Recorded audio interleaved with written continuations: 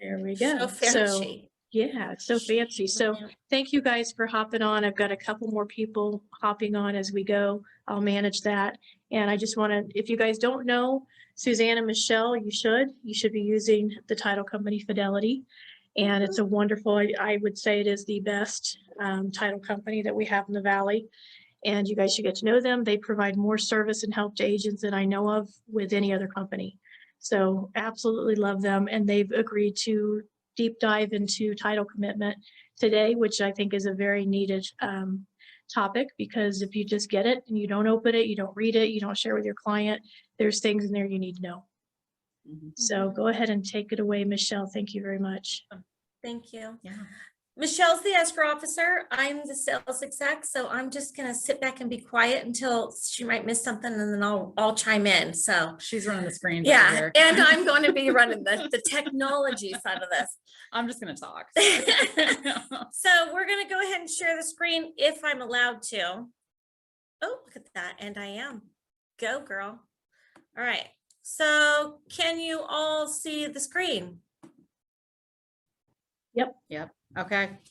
So we kind of have a little PowerPoint presentation, and I do have a title report in my possession here that we're going to email out so you guys can kind of see what it is that you're looking at. I'm not sure how many of you have actually gone into depth on title reports or had a chance to really review that, but we'll kind of talk about this. So this is about the escrow and title process and what we're here for. So kind of covers what is escrow, information that's needed for a successful closing, little red flags to look for in a title report, the recording process, and then we do have like a video about why and what it is and so forth. Well, that's at the end, so you can kind of keep moving. So if you look on our Fidelity flathead.com site, and we can send that when we send the sample title commitment. All of these videos are in there, so they're very interesting to watch, and they're actually good to share with your clients if you need to. Yeah. So for escrow, we're just basically the neutral third party. We go off of written instructions from both sides. Obviously we take in the buy-sell agreement. We're reviewing that, making sure we're performing according to what those written instructions are and what the lender's instructions are for the contract. We prepare the necessary closing documents. We record transferring of all the documents, disperse funds, pay off liens, and we work with all the parties involved to make sure everybody is on the same page and knows what's happening on the transaction when we know what's happening on the transaction. Yeah. So sometimes we don't know, and we're one of the last to know too. So it's just the way things work, and each file is a little bit different. So if you've ever been to a circus and the clown stands in the middle and other clowns walk up and toss them balls as they're juggling, and the balls keep getting tossed in and they keep getting higher and higher and higher with all these balls, that's escrow. Yep. It's constantly, it's multitasking at its very, very best there. So so just so you know, information for a successful closing. Again, if we have all parties information ahead of time, that's going to expedite the process. Part of what that goes back to is what we call our start safe transaction. So if we have a buyer email and a buyer cell number, we can send out our wire instructions securely. They can give us information that way. Same thing on the seller side. We send out what we call our start safe closing transaction, and they can fill out and sign our authorization form electronically, include all the payoff information. So the sooner we have that, the better it's going to be, because closing dates seem to be a moving target. So something that you think is closing, 30, 45 days out, all of a sudden they want to close in 2 weeks. So if we have all the information ahead of time, it's going to help expedite and make the process a lot smoother from that side of it. So yeah, that's a good help on that part of it.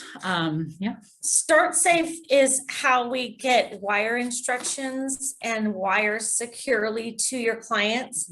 So it's like the Pentagon. There's double authentication when it's sent over, and the options in there for earnest money deposits and how they're going to transfer their money are to be able to do, and they call it an EMD, which is a electronic earnest money deposit, so that you can have your clients take a picture of the front back of the check, and when they go through Start Safe to do that, it goes directly into their actual escrow, and then the deposits are transferred out to all parties involved. So it's really quick and easy, and clients love it. They've been loving the earnest money deposit. And our system is very nice because it matches, it knows exactly what file it goes to, what name it goes to.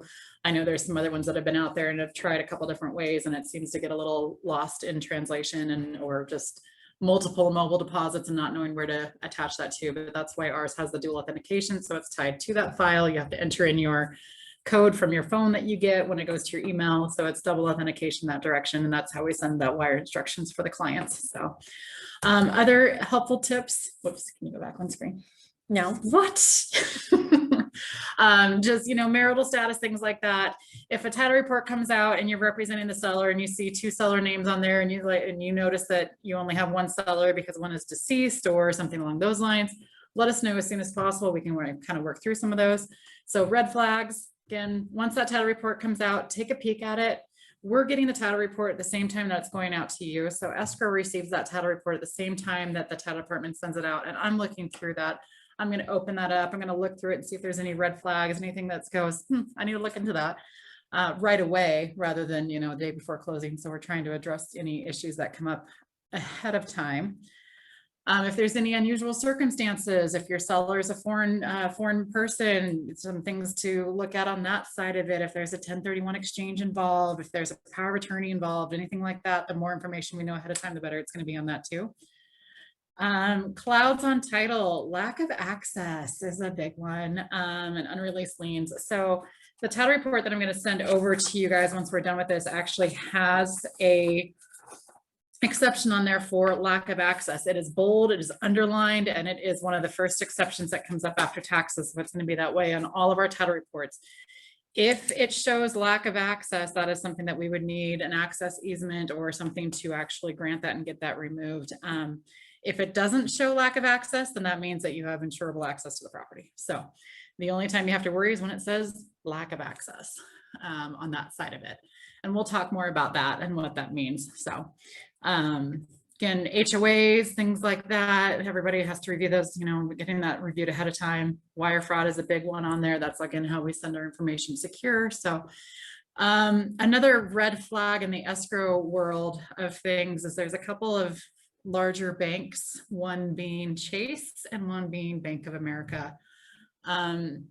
If you have clients who are purchasing and let's say it's a cash transaction, 500 grand, and they use Chase, well, unless they're physically in the Chase branch, Chase will only allow you to wire up to $25,000 per day. So unless they have a special account. So just things to work all around and look at that too. Bank of America just changed their policy to $1,000 per day. I think that's going to be changing again in 2 weeks. But if you have any clients that have or bank with Chase or Bank of America, it might not be a bad idea just to say, hey, with a local bank, there's some workarounds, things like that, or they have to physically go to a branch and obtain a cashier's check or initiate a wire from the branch in person. So we've seen a lot of that come up lately. Bank of America was my latest one that I had last week. It was as last week, and the week before, the client actually called the bank and they authorized her and said, you're not going to have any problem at all. And she got to the closing and they wouldn't wire it. So it was a mess. Just to kind of keep a note on that. Any of those larger banks, most of the other ones are pretty good about it, but it's definitely Chase and B of A that have limitations on wires unless it's a special type of an account. So it's just a little note there. And something I wanted to point out that Michelle said, because she was very clear when she said, look for the bold writing on your commitments. Yes. Bold and underlined. That means we're trying to show you something. And many clients or agents that miss things before we contact their clients or if their clients are calling or the other agents calling is because they read through it. And a lot of times you might not understand what it's saying, but anytime it's bold or underlined, that means that it's a thing. So you definitely want to reach out to your escrow officer and ask, I see this is bold and underlined. Can you explain to me, why is this a red flag? Yeah. And the other thing is if there are documents that are attached, they'll show that they're highlighted in blue. And sometimes they're not in blue. So sometimes they're not underlined. You just have to click. Yeah. So if there is a document, a number next to anything, you can hover over that and click it, and it will open up to be the actual document that is attached to that specific item. So make sure before you call and say there's no document, hover, click. Hover click, yeah. So the closing and recording process, what happens with that is once we get to the point the title reports come out, everybody's had a chance to review it. And then we coordinate with the lenders and agents. We kind of look at what the method of holding title is. Usually it's marked on the buy sell if they want to be as joint tenants or tenants in common, or if it's and or assigns. Want to make sure we have good funds. To get good funds in our area for us constitutes as a local cashier's check, or most of the time we can take cashier's checks from out of states too, or a wire. Those are the two that would constitute good funds. So if you have a customer that's coming to closing and buying a house and wants to write a personal check, that will not work. So to close that day, we can, if it's a local bank, they can take it down and exchange it for a cashier's check. Or, you know, if wiring is obviously the best bet to get the funds available right then and there. But again, if you're dealing with a bank that was not allowing a wire, we can do the cashier's check on there as well. If your client has no other option, get with your closing officer in advance, because they can write a personal check. I would just have them bring it in 10 to 14 days before closing so we can get it deposited and get it cleared before closing. So there's some different options on that. It's just the communication on there. Valid form of ID. So making sure that we have an ID that's not expired. It's within the correct name. So ID, passport, things like that will help with that too. So on your seller side, let's say the title report comes out and your seller name shows John Smith or Joanne Smith, and Joanne Smith is now married and has a different name. So what we would do is we'd want to know that so we could clear out her name to show Joanne Smith, now known as Joanne, whatever her name might be, so we can clear out her name on that. So that way we can identify both of those items on there. And then we confirm the recording process from the county, and then seller funds are transferred to their bank account or however they've instructed us to handle that. So that kind of just shows you the closing and recording process once we get to that point. And then we can move on here.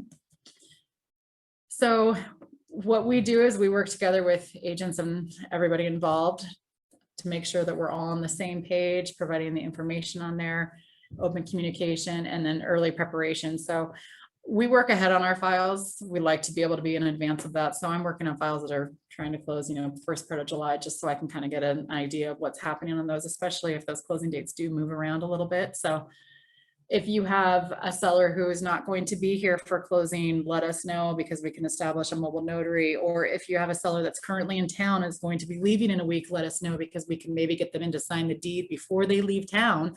And then all the other documents can be done electronically. So the more communication we have on that side of it, the better it's going to be for closing purposes on here.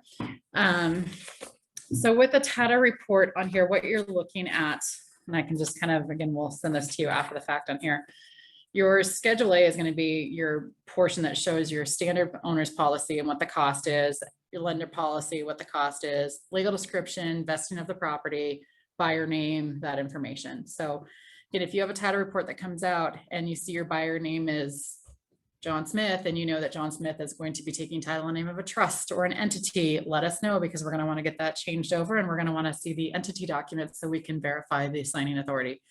Same thing on your seller. Again, if you see the seller is in the name of a trust or an entity, just note that we're going to be reaching out, if we haven't already, to obtain any of those entity documents, because again, we have to confirm who can sign on behalf of that entity. Or if you know that one of those parties is going to be out of town, we're going to need to establish a power of attorney, mobile notary, whatever we need to do to make sure we can get both of those parties signed. So that's going to be your Schedule A for the most part on that part of it. Going through the exceptions on title. So an exception on title is something that we are providing a title commitment, and we are taking exception from coverage. So an exception is an exception from coverage, which is going to be anything that's been of public record. We're not able to put anything in there that's not a public record. So if it's not recorded in the county documents, we're not going to be able to obtain a copy of that because it's not recorded. So anything that you see on those exceptions, there's going to be the taxes on there, any easements, anything for electrical purposes, mortgages, things like that. So if there's something of a monetary value on there, that's a lien against the property, that's something that we would handle and take care of through closing. So we're paying off those debts. Judgments are something that you will see too. We've had quite a few files lately that have a lot of different types of judgments, which can be child support, spousal maintenance, divorce cases, and then anything that's been filed with the clerk of court for any debts that have not been paid. And some of those could be medical bills for a few years old, things like that. When it comes to judgments, if it is a bank on there, let's say it's Citibank and it's a judgment against one of the parties, typically what I would do is I'd reach out to the agent and talk to them first, because some of those can be negotiated. If we start ordering payoffs on those, they will not, I mean, they will give us a full payoff and your client has to pay that. But if your client contacts them and says, hey, I've got an upcoming closing, I would really like to have a settlement amount on this amount. And as long as we've got that in writing, usually they send a one-page statement stating that this is the amount that we will accept to release or discharge the debt, then we can use that amount on there. So we'd prefer on those types of judgments to contact you or the client directly. The exception to that one is Collection Bureau Services. They do not play ball. You will pay that amount. So they do not like to play, which is unfortunate. So the big ones that we're seeing right now are anything to do with child support. So if it's paid through the court system or through the state, we can obtain copies of that. If it is paid directly to the other party, we either need to have copies of all the checks to show that that has been paid, or we would need to get an affidavit signed by the party who is receiving, who is the benefiting party of those funds. Now, the nice thing with us is that, again, we have our internal DocuSign system, so it doesn't have to be notarized. We can send it for electronic signature. It's been really great on that. So really, we just need to have phone number, email address, get it sent out, and that's been going pretty smoothly as well. So some of those are the ones that you're going to see on the judgment side of it. Some of the other types of documents that you're going to want to look at on a title report when it comes out: covenants, HOAs, things like that. If you have a buyer who's wanting to buy a piece of property because they intend on using it as a VRBO, but it's an exception on title report and the covenants, and the covenants specifically state that it can't be used for that, that's going to be something you want to look at. We're showing what those covenants are, but they want to take a look at those, or your clients do, or you do, to make sure that that's going to facilitate what they would like it to be used for. Obviously, there's also covenants. They might have something there for livestock. Maybe they want to have horses out there, and the covenants specifically state that they can't do that. So just kind of look at those types of items. And the other ones might be anything with environmental health, what we call DEQ approval. So if it's a bare land and there's a DEQ approval on there, it states that you have to have a certain size house, a certain this, and this. Those are going to show you on those exceptions. So again, when you see that title report come over, click on that document number and pull it up, and it's going to tell you the exact things of what needs to be done on there. So those are some ones that do pop up quite a bit on those types of title reports. So you might see a lot of other things on there too for HOA type of thing, like maybe your parties didn't think that they were buying a property that was a part of an HOA. It could be those in there. Electrical, flathead electric. I think it was also, what was it called before? Bonneville Power, I think, back in the day. So pretty sure that they may have recently found within the past like 5 years a box of unrecorded easements, and they just went down and filed them. So, and what it is it can be an entire section of land, but they went ahead and took care of it and filed an easement on there so they can access it for utility repairs, things like that. But your property, because even though it's in that section, it just may be a little tiny dot on that property that it covers, but they don't tell us that in those easements. So the best thing would be to go down and talk to Flathead Electric and say, can you tell me, does this run through my property? So, and they should be able to pinpoint that a little more specifically if they have other records in their office. So we don't have access to those records. It's something that they have on file there. So those types of things are ones that you see quite a bit on that type of it. I'm going to talk about access again. So access, what we do is we try and look every which way we can to see if there is that out there. We don't like sending out title reports with lack of access. It's not our favorite. So we look at all different directions. So just know that there's a difference between insurable access and vehicular access. So an attorney may have a different version and say, oh no, it's on the survey, it's access is there. Well, just because it's on the survey doesn't necessarily mean that that is an insurable access. We're in the title insurance business. We have to look at that part of it. What's the level of risk? Things like that. There's a lot of things that have changed over the years.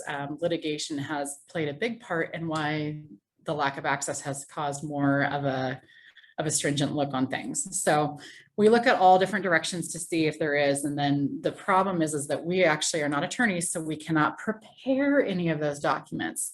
What we will do though, is we'll go through the title report and say, okay, it looks like you need access over this tract to get to our property. And we can give you the printouts of who owns that, what their mailing address is, what the legal description is, and then they can just, as long as they get an insurable access or grant of access document, then we can work with that through closing.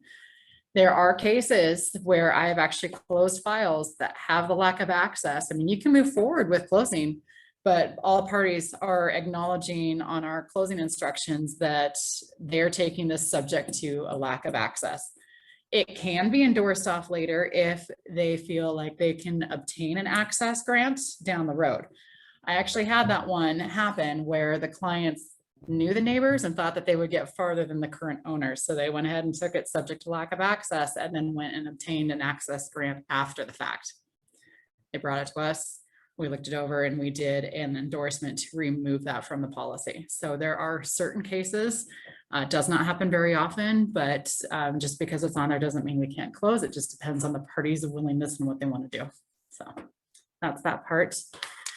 So again, we're not able to prepare any of those documents, but we can sure put it out there and show you what would need to happen or where it needs to get from one track to another to get that access that's on there. Can you go to the full view? I just want to see if we can see anything from the parties on here. Has anybody had any situations or title reports where you've had a lack of access pop up that you want to pipe in on? You've gotten lucky. I've seen quite a few of those. So what we're seeing a lot of right now too are family transfers. So let's say you have a client who has a 20-acre parcel and they want to split it into 2 10s.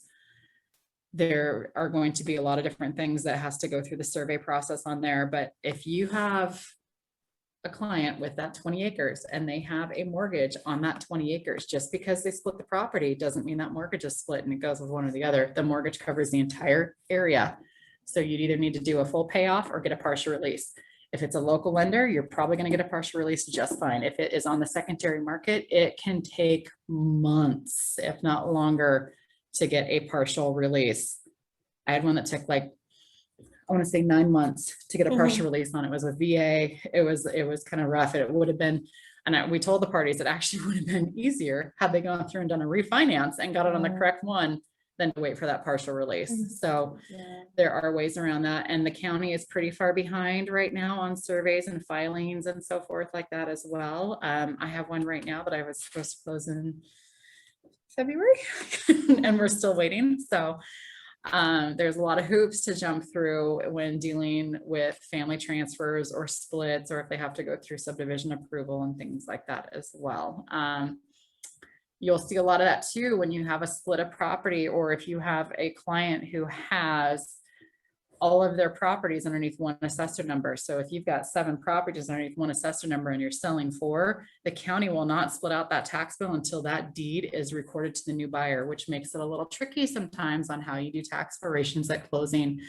We can take it upon, if we know what the amounts are, what the estimated amounts are, if the parties are fine with us closing and prorating based off of those, we can sure do that. But it all again comes down to the communication part on who wants to do what. And so that's one that we see quite a bit, is the tax prorations, especially right now with new construction as well. So the county takes whatever is complete as of January 1 for that tax year.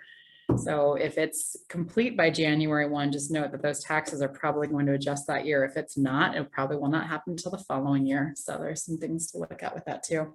And if you're in the county or city, that can kind of depend too on the time frame with that. So there's those types of it. The videos that are up here, those are the ones that you can go through and look at the Fidelity flatheadcounty.com, but we'll put that in your mail. So do you have anything more to say on that one? No, I'm good. So it's just, it's just the requirements. Again, you might see different requirements for entity documents. You might see an old entity document that has nothing to do with your buyer or seller and you're wondering why that's on there, well, it could be because somebody did a deed from the trust to the individual, back to the trust, and then to somebody else, but they were not insured. They just went down to the county and recorded them. So we have to again follow that back to those entities and say, did this person have the authority to even sign on this deed back in the day? So that is something that we always look at and go through as well. So if you see some interesting requests on there from older documents that have nothing to do with your parties, that could be the reason why, because again, we're insuring this property. We have to make sure that from the patent forward and from that deed forward, that this person have the authority to actually transfer and sell the property in that right capacity to do that. I'll also send a handout about what is title, and it explains why you need it, just in case anybody wants to wonder why they need it. It's gonna protect your owner. And here in Montana, we're a different filing state than other places. So it's in the buy seller, the seller pays the owner's policy. So at this point, that's how we take our instructions. The seller provides the owner's policy unless it's otherwise noted. So that is a filed rate. So it depends on, we're governed underneath the Department of Insurance. So it depends on what the sales price is that's going to verify what your policy amount will be. So what we have though too is our Fidelity One app, which is really nice too, because if you don't have that Fidelity Agent One app, that's a good one to get hooked up with. Susanne can get you hooked up with that.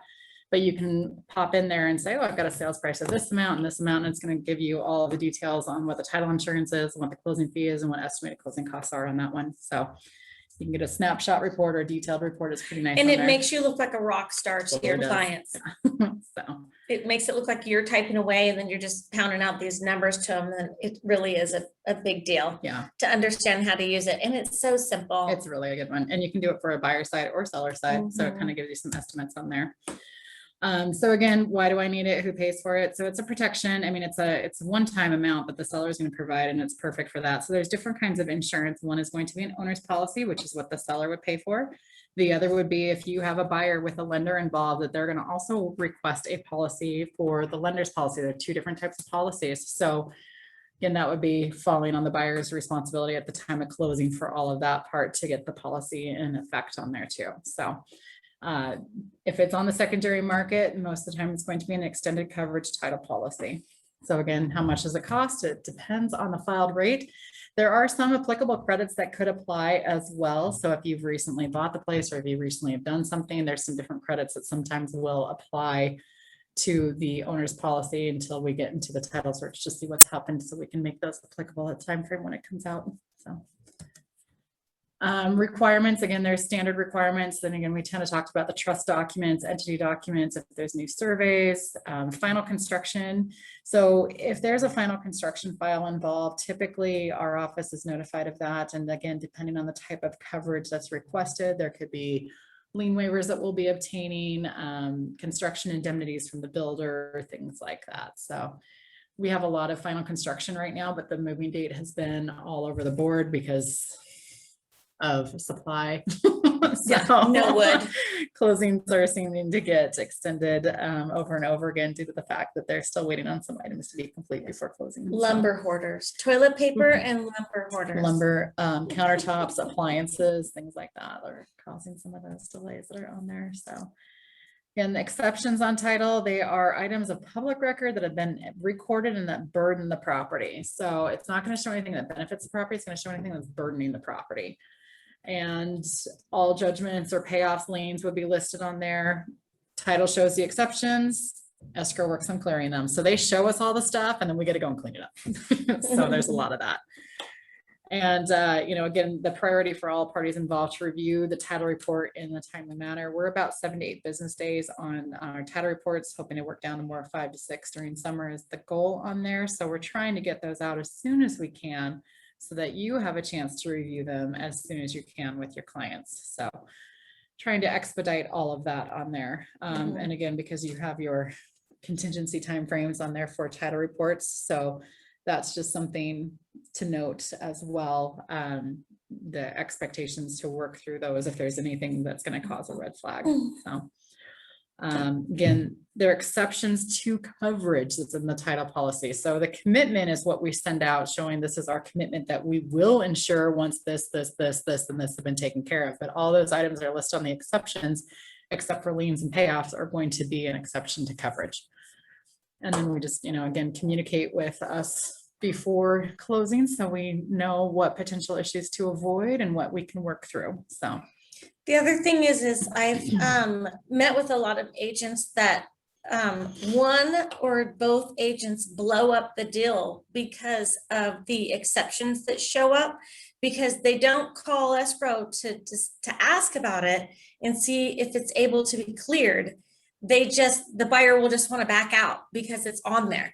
Just because it's on there doesn't mean it can't be cleared. So before either one of you blow up the transaction, just keep everybody calm and call your escrow officer and say, I'm seeing this exception, what is it that you can do to help us clear this before closing, instead of just we're done. Nope, turn it off, it's over.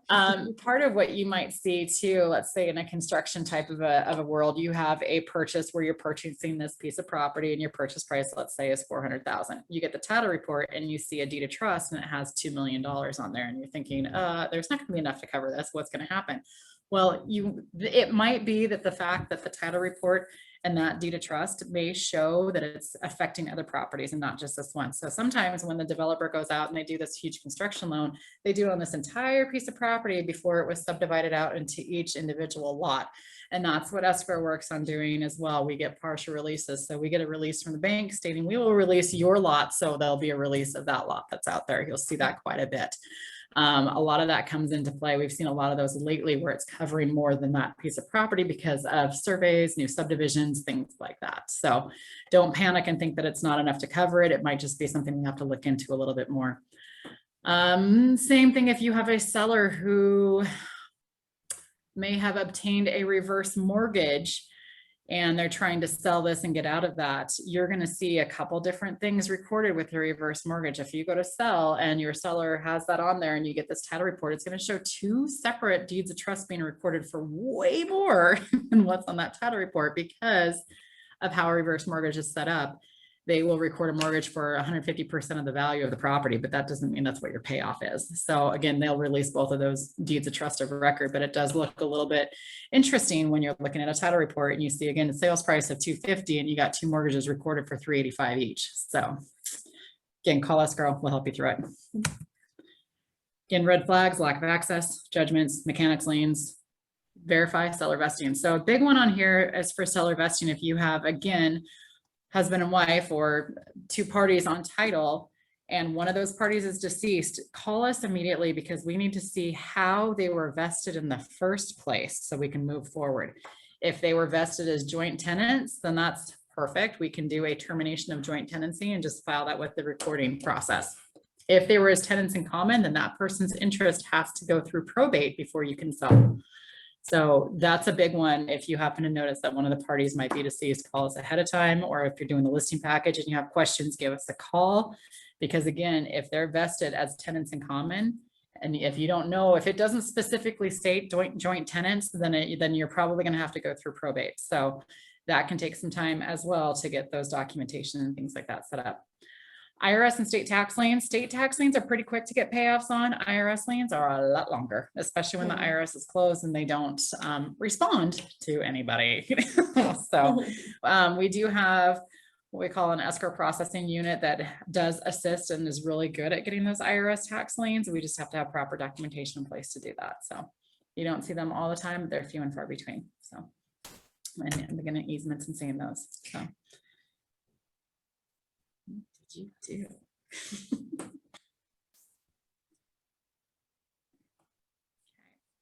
So that's kind of the overview of some things to think about, things to look for, red flag items and so forth on that part of it. So I don't know if you have any questions on that. Comments. Anybody have questions? Oh no, I Questions can't see might mics be on past files that you didn't really understand what happened, for a certain situation, but it did or didn't. No. Manufactured homes are another one that you're going to see occasionally as well. If you know you have a manufactured home on a property, give me a call. I have some background information that I can look at so that you're not always going to see on the title side. So just because it's taxed as real property does not mean that it is detitled. That is the big one that's out there. A lot of misunderstanding is around manufactured homes. So even though the tax bill shows that it's combined and it's an improvement to the property, doesn't mean that the paperwork was done correctly to make it effective as real property. So I have some username and logins with the state that I can actually search vehicle records to see underneath the names or serial numbers to see if it actually has been detitled in the correct fashion. And if not, what you can do. I have 7 that I'm working on right now to Wow. get through and get them recorded and detitled. Flathead County is the easiest county in the state to do it. Missoula is probably second. And then Lincoln and Lake County are both not as fun. So they're a little more specific with how they do that. Another note on here is we're obviously the escrow office and title is here too. However, if you have a closing and the property is in Lake County or the property is in Lincoln County, you can still reflect our office as the escrow office to handle it and send everything to us. And then we'll request title from those other counties to send to us, but we'll be the contact for clearing those and again, recording and all of that. Now, with that being said, Lincoln County there's only one title office in the entire county up there, and they just emailed me the other day, and I think they're 10 weeks is what they're requesting. That's what I heard too, 8 to 10 weeks. 8 to 10 weeks as a minimum to get title reports out, and that's not even close. That's just the title reports. Really, really quick, but Yeah. if you have a lender involved, they're going to need time frame to get that out. So just as a note, just kind of know that, but we can still be your contact. We would just be the one requesting that title report and going that direction as well. So we do a lot of cross county files, Lake County, especially in Lincoln County. Lake County is pretty quick on their title reports, though. They're not in that same boat. They're a little, so. they're longer out than we are, Mhm. but they are still, they're traveling, so Yeah. they're getting it done. You're getting those ones done. So, yeah. So that's, So do you guys, you need to open an office out there in Lincoln. I know. We're- I actually sent it to we're- corporate saying, okay, we're 10 weeks, what trying. can we do? They need it desperately. The agents that I have over there are losing their minds. Oh, And yeah. people are just very, just irate over it because they're not Mhm. able to get those commitments, even getting checks cut. I mean, it's a nightmare. It's a with nightmare. that title And that's company. why I wanted to offer the fact that, you can run it through our office, because our office be the one cutting the checks and doing all the closing and all the funding and all of that. All that we have to get from them is the title report, even though that's still a long ways out. It Right. helps alleviate the other process that's on there as well. So. Well, and one of them mailed, one of my agents that lives in Eureka, it was closed out there. They mailed her check here. What? And she was literally 1 minute away from the office. They mailed it to Oh, our Whitefish office. that's, So she had to that's track it just- down. Yeah. That's tough.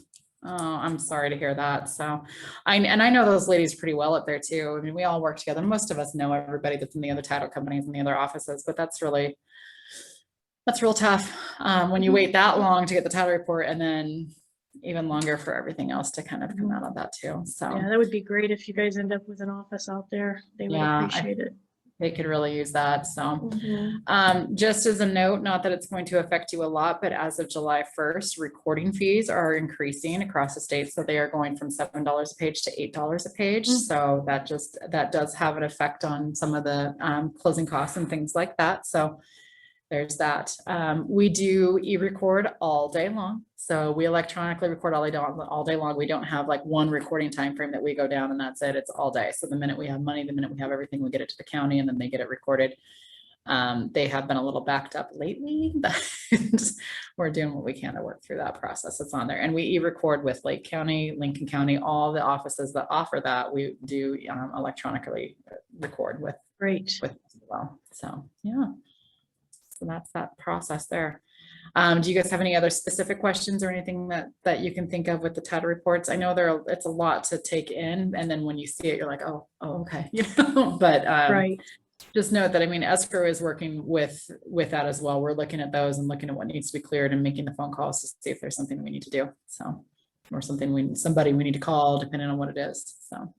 I know Maria wanted to be on here, but she had a question about for sale by owners, just because a Mhm. lot of them are choosing not to use agents. They don't even want to help. And, it's if they can get their commission, paid for the buyer. But when it comes to a for sale by owner saying no title is going to handle it for us, we don't need your help. She just kind of wanted it addressed as to what does title do for sale by owner. Well, and for sale by owners are a little bit different because the role that you guys play is so huge, and we would always prefer to work with realtors. A lot of times people just drop off this buy-sell agreement that's on a napkin or on some sort of handwritten document, and you're thinking, okay, and there's a lot of things that they don't realize what the role is and how important it really is.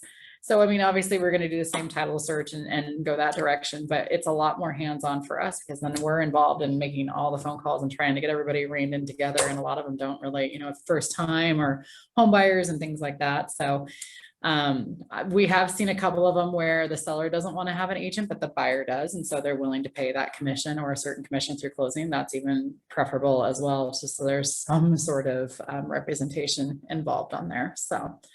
But there are some for sale by owners that you do see, but there's a little bit more involved for us because we have to make sure that, okay, well, how do we know this person is the seller? He's telling me he's the seller on paper. I need to have some additional identification. Is this really you?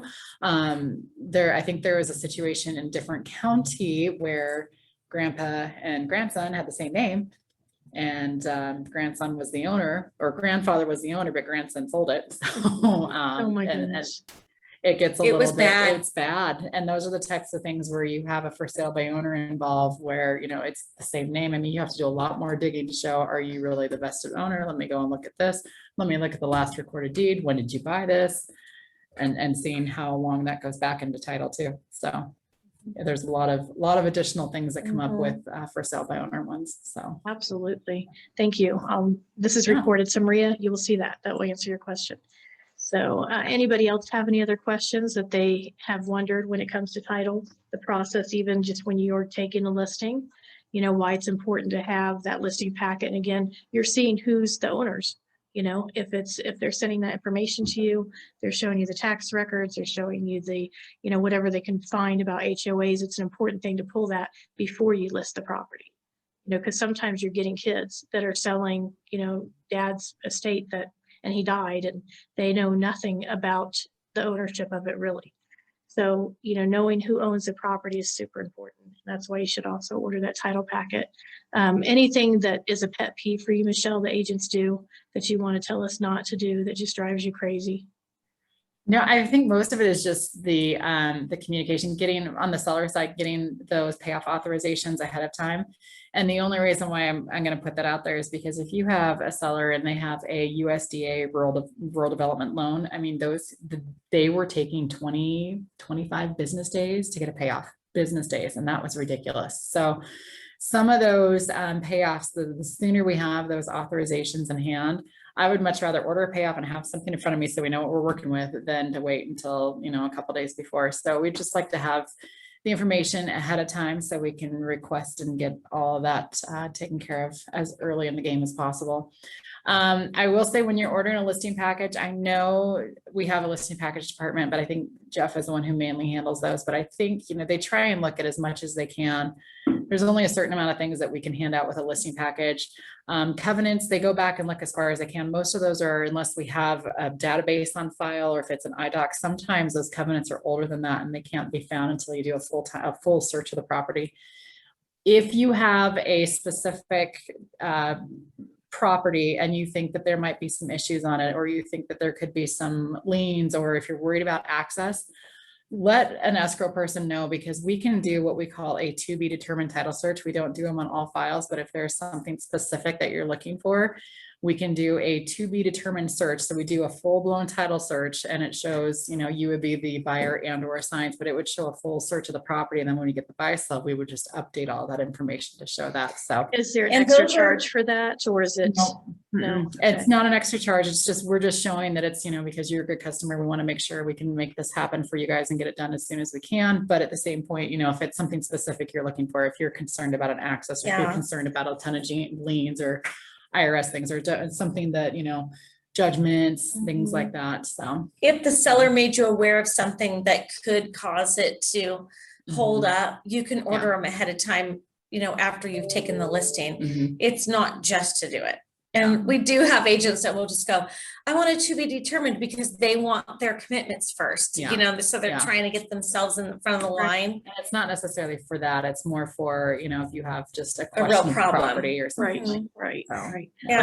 Like if there's no easement access from, like you're looking at Montana Cadastral and they're like, how do you access this? How do you It looks access like that? it's landlocked or something like that. Yeah. Mhm. That could be one that you could say, hey, I know, you know, we just did a listing package, but would you be willing to do a to be determined search on this one so we can determine if there's access, and then we'll get it set Good. up. And it goes into the normal process of, you know, a title exam. So it's not, because it's not a listing package, it's a search, it's going to go into the, you know, the 5 to 8 days, depending on how that goes down on there too. So, you know, and it is nice to have those on occasion. We do have a couple of those. We had one where there was multiple liens on a property and they decided it's not worth it. We don't want to do that. So those are there too. Additional thing, if you do see multiple judgments on a property, it could be that the fact that the parties filed for bankruptcy, which is fine, but we don't always search bankruptcy court unless we're notified. So if they come back and say, well, actually, those should have been discharged through bankruptcy, then we have to run it through a different system to see if they were properly discharged, because that's a whole nother item as well. So just because they went through bankruptcy doesn't mean that the attorneys didn't actually notice this correctly and file the avoidance of lien correctly. So those are some things that do occasionally come up on there as well. So Something that I think you're asking about pet peeves that agents do, it's not just agents, I mean, it's pretty much everybody, buyers, sellers, the whole bit, is opening escrow on a Friday at 4 and counting that as your first day for the timeline of the commitment.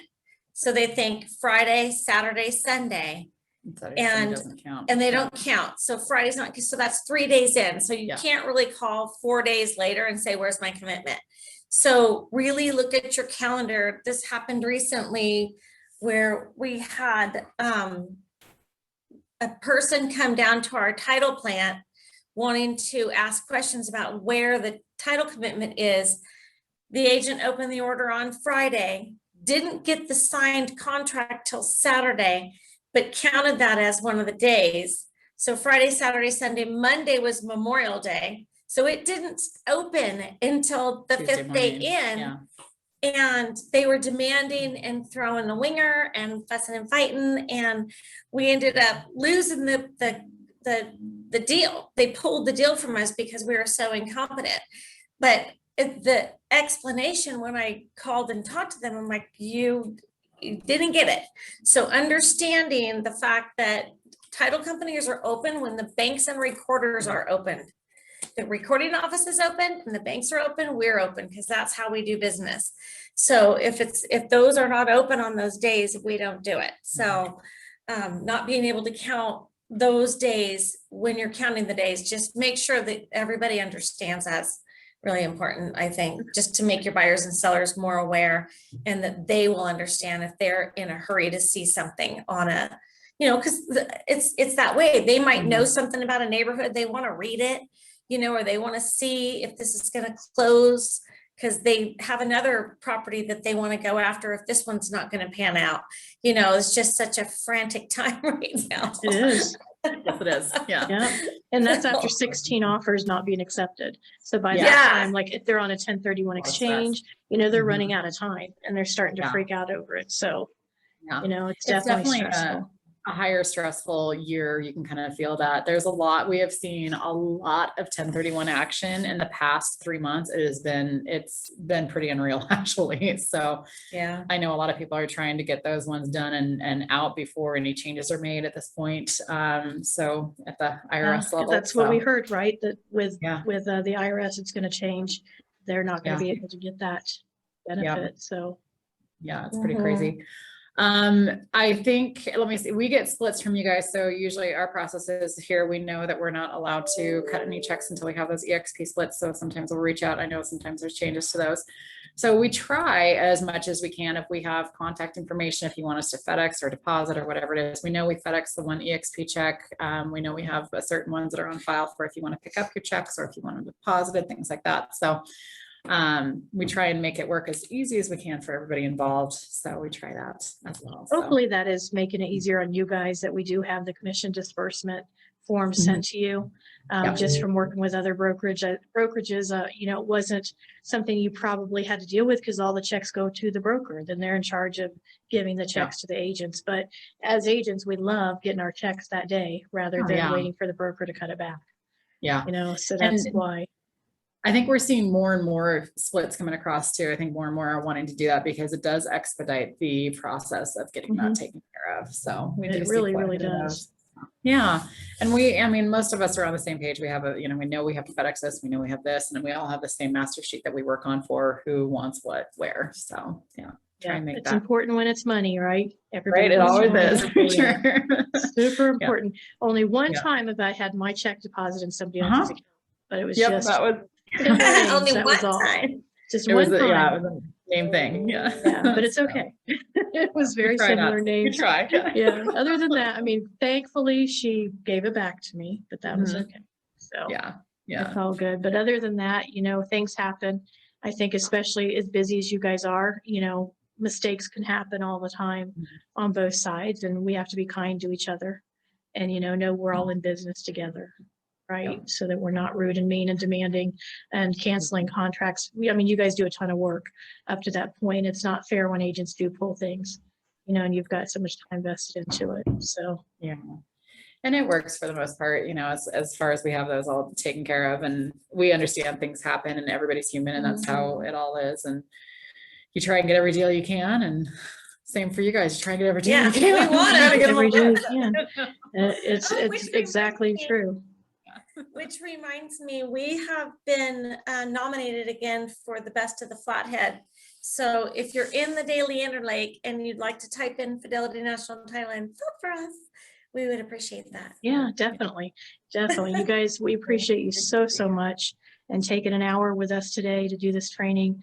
I'm going to share it again with all the agents in our counties here so that they have it with EXP. But anytime that you guys want to do a training like this with us, we love it.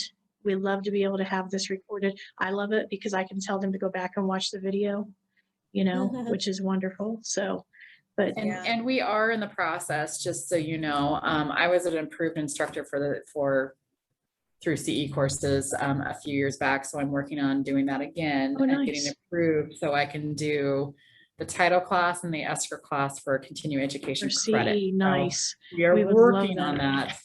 It's just going to be coming down the road here shortly, and it's not, it's one credit for each, but still it's better than nothing. So it's great. It's things that we need.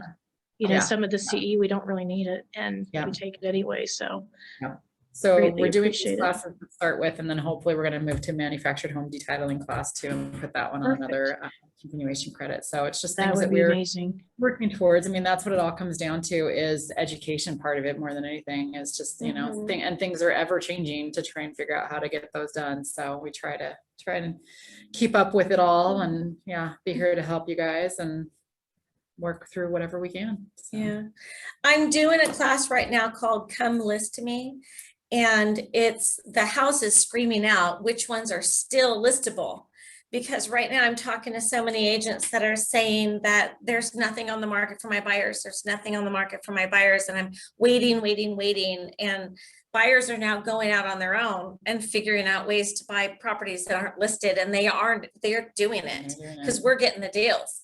And so something that I did was I put together ways to find those buyers through their criteria, and then the tools that I have that I can share with you and your agents on how to take your best buyers and find them properties that aren't listed yet and be able to get those yourself that are most likely to move properties. So it's a really, really great class. You get a lot of really good instruction. I've got scripts, letters, strategic processes that you would go through to be able to reach out to people. And they're on homes that are not, they're second homes, they're investor properties. There are those properties that are most likely to move. And that's what we really concentrate on, those out-of-staters or even hook us up on that. I talked to an agent this morning, her and another agent that she has on her team frustrated because they don't have a listing. So, and they're, you know, I had sent them a list that you had given me of the second homeowners, you know, to work, but I do think people struggle with, what do I say to these people? What do I send out? What are the scripts and how often do you contact them? So that would be great if we could utilize that training and give them that information to help them to know what to do with that list. It's a quick class. It's about, That's a good what one. do you think? I did it, you saw it. 10, 15 minutes. Yeah, it's pretty short. Yeah. It's Nice. quick, and then I send out all the letters and everything like that. And really then the agents would get to me one-on-one and tell me who their best buyers are. And we create an avatar list, mailing list for that specific need, so that you're getting maybe only 12 leads that fit it. And I give you the letters and you morph it to work for you and you know, the personality, and you send them out. And we're getting a lot of, you know, Good feedback. good feedback on that. Yeah. Mhm. Well, good. I do believe there's properties out there to sell. And, you know, the biggest struggle that agents are having is the people that have primary homes here. They see a lot of equity there, but they can't really trade what they already have and go buy something else. It doesn't make sense. So, oh, I could have 100 grand, but what am I going to buy for 100 grand more? You know, it's not as appealing to them, because then they're looking at, you know, I could just redo my kitchen. I could just redo my bath. I could put that garage on, you know, because then that house will be what I want it to be instead of trying to replace it. So that's what we're seeing a lot of, is people decide to refinance, pull some money out, go and do some home improvements, and they don't list it. So we do need to have people that have second homes that do want to get rid of them, you know, investors and things like that. So thank you very much for putting that together. And we We've would seen a love lot it. of movement with Canadian owners lately, I think too. I think they're starting to. Well, now you they know, can't come again for another Yeah. month. So, you know, is this something they want to deal with? Who knows how long? And it could happen Yeah. again. That's an eye opener, I think, for them Yeah, as to it is. owning property in the US. Yeah, you know, I think even trying definitely. to get rid of it. We've seen a lot of that movement. So between that and the 1031s, it's been a lot of changes this year for that. Yeah. So. It definitely Yeah. has. So, and if you want to do that on one of my huddles on, you know, Wednesday night, you can, Suzanne, or if you'd rather do it during the day, you know, like we are today, it's up to you. Just let me know Yeah. what works better. Yeah. Right now I'm in classes on Wednesday, so it'll probably be better during the day, and you can tape it or videotape, whatever it's Yeah, called. I'll video you. Record it. So everybody can watch future, it. So yeah. get your 8-track out, plug it in. That's So. right. Very fun. I might All have right. one. Well, thank you for having Yeah, us. thank you. Yeah, thank you so much. So we'll talk about that date. You guys have a great, incredible day. Hopefully get All right. outside and enjoy it. So I'm going to send it to you right now. The things that are going along with this ones, and then I'll put in there for you to schedule to come list me. Okay, thank you, Workshop. Suzanne. All I right. appreciate it. Bye, guys. Thank Okay, you. Bye.